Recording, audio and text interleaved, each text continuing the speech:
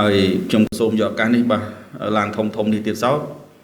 បាទព្រឹកមិញម៉ោង8នៅទូកកនោះឃើញឡានក្លុកស៊ីម៉ង់នោះចាក់ផ្លូវឆ្អៀតហើយស្ទះហើយនៅកំពុងអង្គុយចាក់ទៀតម៉ោង8នៅទូកកចឹងហើយក៏សូមឲ្យរដ្ឋបាលរាជធានីសូមឲ្យទុកដាក់ឲ្យជាពិសេសកំណត់ម៉ោងឲ្យបានច្បាស់លាស់ព្រោះឥឡូវបើគាត់ទៅធ្វើចាក់ស៊ីម៉ង់នៅក្នុងការដ្ឋានហ្មងរឿងមួយប៉ុន្តែនេះចាក់នៅលើផ្លូវហ្នឹងហ្មងគាត់ស៊ីពាក់កណ្ដាលផ្លូវបាត់បាទគាត់ស៊ីពាក់កណ្ដាលផ្លូវហើយឡានក្លុកស៊ីម៉ង់ហើយនឹងឡានឡានបាញ់ស៊ីម៉ង់ហ្នឹងមួយទៀតទៅហើយអ្វីដែលខ្ញុំចាប់អារម្មណ៍គឺអត់មានផ្លូវក្រោមផ្លូវហ្នឹងអត់មានអីត្រួយទៅរំអាតអីទេគាត់ក្លុកហើយបានយកប៉ែលហ្នឹងយកមកឈូសទៅ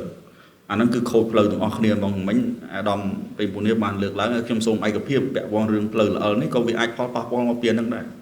ទីមួយការដឹកជញ្ជូនមិនមានលក្ខណៈសមស្របទៅតាមបច្ចេកទេសដែលបានណែនាំកន្លងទៅមិនមែនតែនៅភ្នំពេញប៉ុន្តែទូទាំងប្រទេសហើយជាពិសេសការប្រើប្រាស់ផ្លូវជាតិកន្លងទៅឃើញថាការដឹកជញ្ជូនក៏ដូចជាបូកទាំងនឹងការអភិវឌ្ឍតំបន់ណាមួយយើងត្រូវដឹកដីដឹកអីហើយឃើញមិនទាន់បានក្របត្រឹមត្រូវទេនៅមានលក្ខណៈគាត់អ្នកខ្លះគាត់ដាក់សំណាញ់ហ្នឹងទៅលើតែប៉ុណ្្នឹងឲ្យតែប្រគ្រប់កិច្ចប៉ុន្តែអត់បានគ្រប់ជ្រុងជ្រោយដូច្នេះសូមឲ្យកងកម្លាំងអនុវត្តច្បាប់យកចិត្តទុកដាក់ទៅលើបញ្ហានេះឲ្យគ្រប់គ្រងឲ្យបានព្រោះឥឡូវបញ្ហារឿងបើកលើសល្បឿនបង្កគ្រោះថ្នាក់រឿងមួយប៉ុន្តែដោយសារតែมันមានការយកចិត្តទុកដាក់ក្នុងការគ្រប់គ្រងឲ្យបានក្នុងការដឹកជញ្ជូនតាមរយៈការធ្វើផេះណាមួយធ្វើឲ្យឈានទៅដល់ការមានការគ្រោះថ្នាក់អាហ្នឹង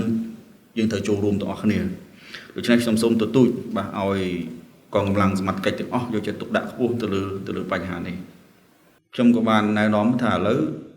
សម្រាប់ឡានធំដែលគាត់បិទ sticker ឬមួយបិទ logo មួយចំនួនដែលធ្វើឲ្យកម្លាំងអនុវត្តច្បាប់មិនហ៊ានឬមួយមិនមានឱកាសទៅត្រួតពិនិត្យទាំងអស់នោះខ្ញុំថាឈប់ឲ្យមាន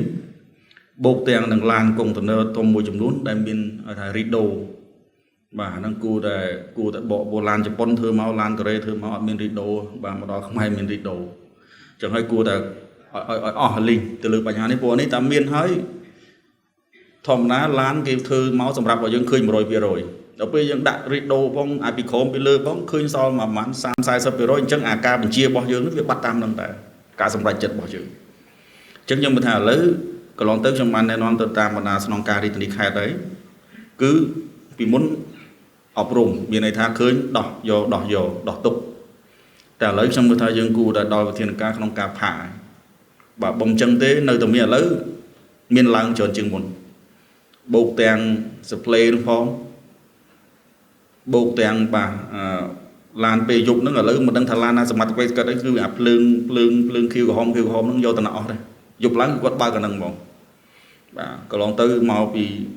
ផ្លូវជាតិលេខ6លេខ5ដែលខ្ញុំធ្វើការដំណើរយប់ហ្នឹងគឺឃើញច្រើនជាងមុនមានការកើនឡើងអញ្ចឹងខ្ញុំសូមឲ្យកងកម្លាំងសមត្ថកិច្ចរបស់យើងយកទុកដាក់ខ្ពស់ហើយ